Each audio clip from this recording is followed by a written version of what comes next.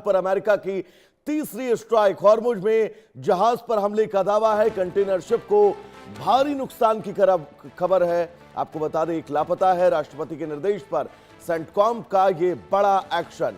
मध्य पूर्व में तनाव लगातार बढ़ रहा है। अमेरिकी सेंट्रल कमांड यानी सेंटकॉम ने दावा किया है कि ईरान के खिलाफ तीसरे दौर की सैन्य कार्रवाई शुरू कर दी गई है। अमेरिकी पक्ष के मुताबिक यह कार्रवाई स्ट्रेट ऑफ हॉर्मुज में साइप्रस ध्वज वाले कंटेनर जहाज MV GFS गैलेक्सी और IRGC के कथित हमले के जवाब में की गई है।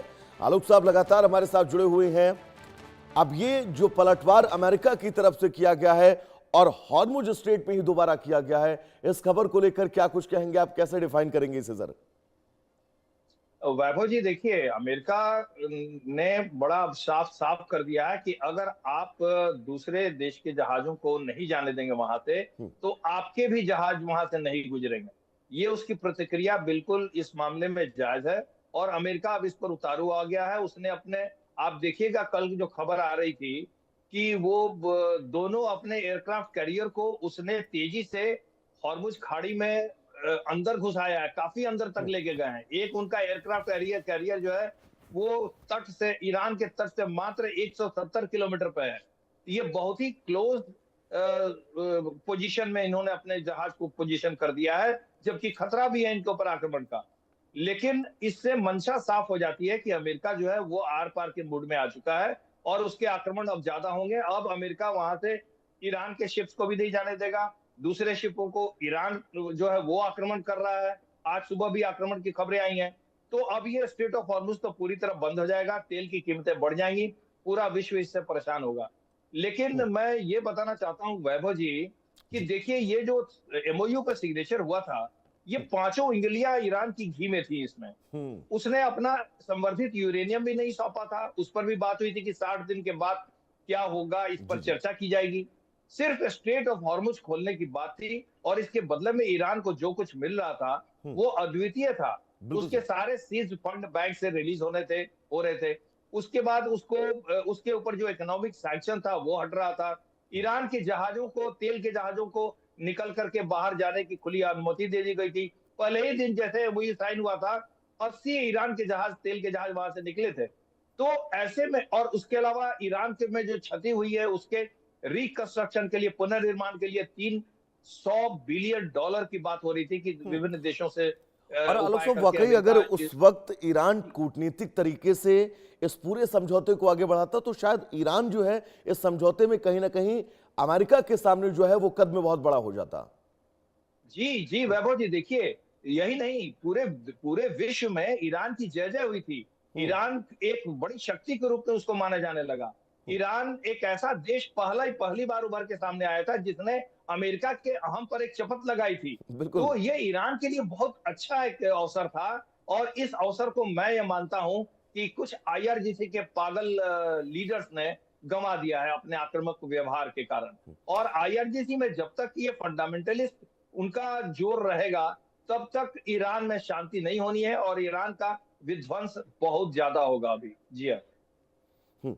आलोक जी, लौटेंगे आपके पास। एक और बड़ी खबर इस बीच आ रही है, अपने दर्शकों को बता दें, ईरान के नए सुप्रीम लीडर मुस्तफा खामेनेई ने ट्रंप को बड़ी धमकी दी है। पता अयातुल्ला खामेनेई की मौत का बदला लेने की बात कही है। अंतिम संस्कार में शामिल लाखों लोगों का आभार जताया। बयान के बाद अब क्षेत्रीय तनाव बढ़ने की आशंकाएं तेज हैं।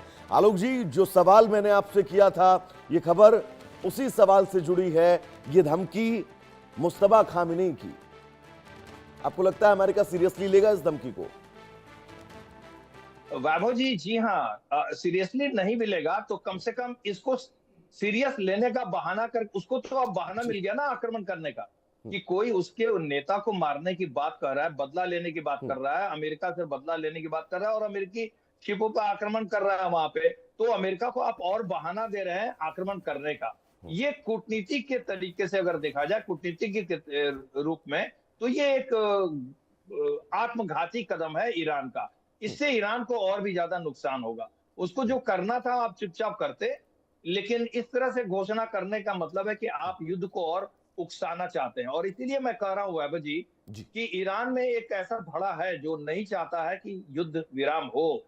और वो आत्मघाती मोड में आ चुके हैं।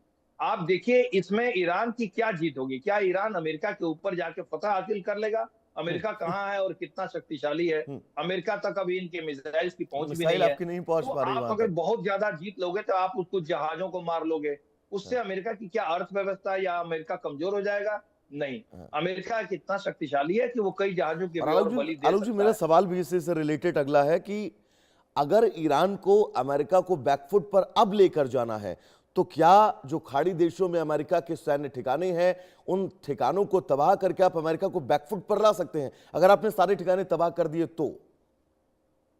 नहीं वैभव जी, मुझे ऐसा लग रहा है कि अमेरिका के जितने भी ठिकाने हैं ना, उसको उसने ये इंतजाम कर लिया है कि बहुत ज्यादा नुकसान नहीं हो। जैसा कि खबरें आ रही हैं कि उन्होंने अपने फोर्सेज वहां से हटा लिए हैं। जी। तो ज्यादा नुकसान अमेरिका को तभी होगा जब अमेरिका के किसी एयरक्राफ्ट कैरियर या किसी डिस्ट्रॉयर को सफल तरीके से अगर ईरान मार करके ध्वस्त कर देता है या डुबो देता है, वो ईरान की एक बहुत बड़ी जीत होगी। और ईरान इसके पीछे पूरा लगा हुआ है।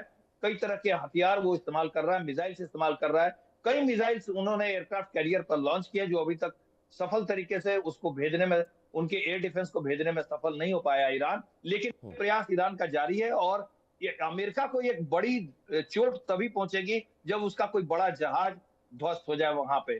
तो अब ईरान इसके पीछे लगा हुआ है। लेकिन अमेरिका भी ये चाहता है कि ईरान के जितना जल्दी से जल्दी हो सके ईरान की जो मिसाइल लॉन्चिंग कैपेसिटी है उसको मैं ध्वस्त कर सकूं। और वो जो अंडरग्राउंड उसके मिसाइल स्टोरेजेस है जो 500 जिसके मीटर से फुटेज वो 1 लगातार किलोमीटर जारी तक भी किया नीचे है। करता है।